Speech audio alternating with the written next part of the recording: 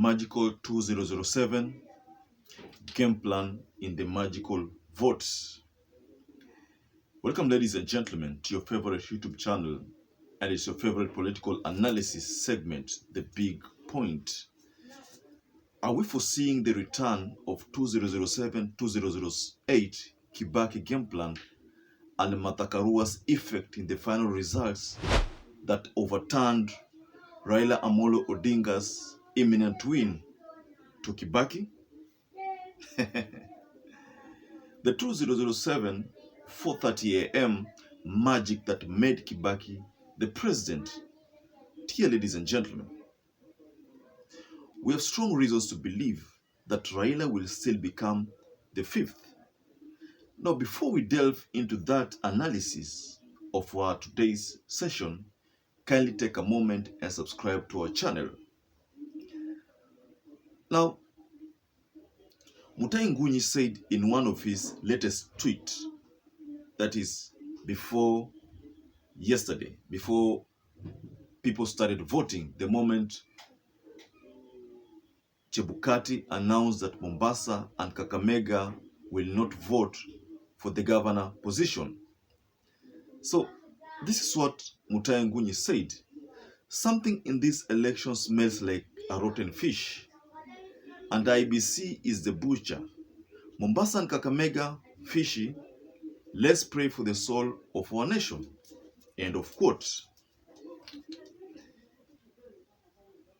It is evident that IBC is working in favor of Kenya Kwanza wing, and that explains the reason why it decided to cancel Kakamega and Mombasa gubernatorial election, a move that disenfranchised voters and saw a low voter turnout in Raila perceived stronghold.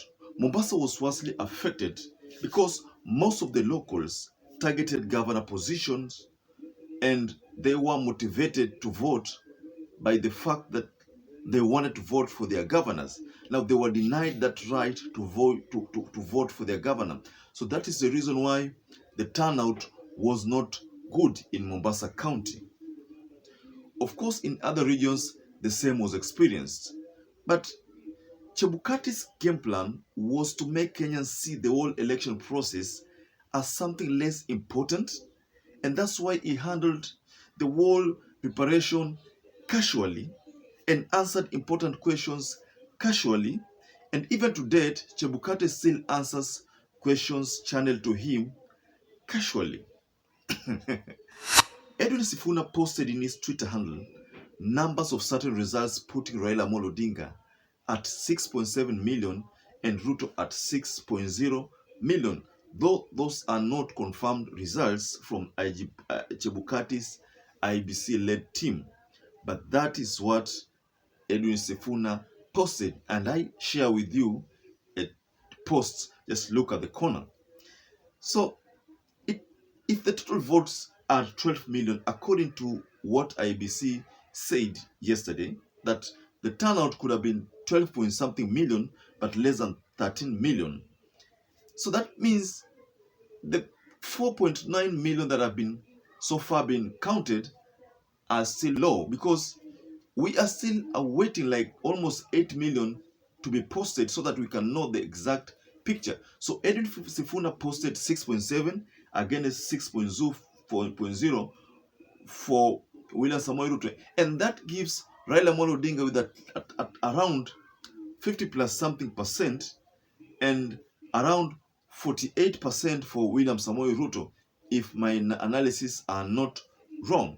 Because if you add 6.7 to 6.0, that gives you 12.7. And if the votes are almost 13 million, then you realize that that gives us 6.7 plus 6 gives us 12.7 million votes. So a difference of around 200,000. So we could as well say that if Raila gets 50% and William Samoei Ruto gets 48%, that is 98%. Now the 2% will be shared between Wajakoya and Mwaure, and the votes which were spoiled. Dear ladies and gentlemen, so the question is, Why is that? Is it that William Samoei Ruto's votes are being submitted thick and fast? The reason is simple. Create the impression that Ruto is on the lead and create the psychological torture on Raila's supporters and make them lose zeal in these election results. Ladies and gentlemen, and the strategy is beginning to work because Raila supporters have started feeling let down. Some of them are feeling that, no, this election might have to go the Kenya Kwanza way. So the psychological torture on their minds that is being created could be working in favor of the creators. Now, as to why is it that Ruto's stronghold votes are being submitted thick and fast, if you remember in 2007, Raila's stronghold votes were all posted to Kivitu-led commission for announcement, and Kibaki's votes were being retained for the sole reason that Raila was supposed to submit all his votes so that the people who are crafting their plans, to rig would use the numbers to be able to know what to post. So the move was to get a picture of Raila's votes and consequently perform the much awaited magic if need arose. By around 3 a.m. on the last day before announcement, Raila was almost 1 million ahead. By 3 a.m. in the morning, Raila was 1 million ahead of Kibaki. But this changed at around 4:30 a.m. to 5 a.m. and Kibaki all of a sudden was ahead. So perhaps that's the reason why the 5 a.m. magic that saved Kibaki his presidency. That is what happened. So don't ask me how it happened because only God knows how 1 million votes came at once from Tharaka Nithi. Because you know that Tharaka Nithi is the sole reason why the Kibaki won. So that led us to there's two reasons why I believe that Raila is still winning. Strategy number one, release the opponent's stronghold. That is strategy number one. So William Samoei Ruto's votes are still under surveillance by the deep state to determine his strength first, and then ultimately deep state will then start working on a counter-attack strategy. And this counter-attack strategy is meant to change the tides and systematically decrease the margin between Ruto and Raila Amolo Odinga. The counter strategy: release the stronghold votes of your opponent.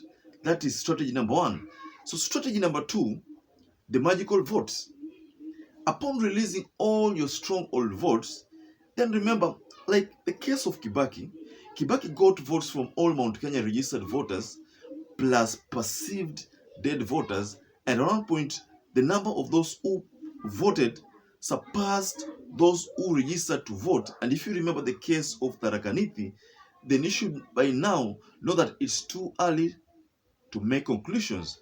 And a slight margin of 300,000 votes can easily be overturned by a single post of election results. So, the magical votes. Kindly share what you think. Do you think that this lead by Ruto will continue? Because you know by now, most of the stronghold votes which are being released are Ruto, the Bomet, the Gandhi, and Uasin Gishu. All these strongholds are Ruto stronghold. Mount Kenya is Ruto stronghold. Though Raila is getting some few votes from the area, we think by the end of the vote tallying, Raila might secure like 20-25%, but we don't see Raila getting 30% from that region because Ruto is dominating above 75%.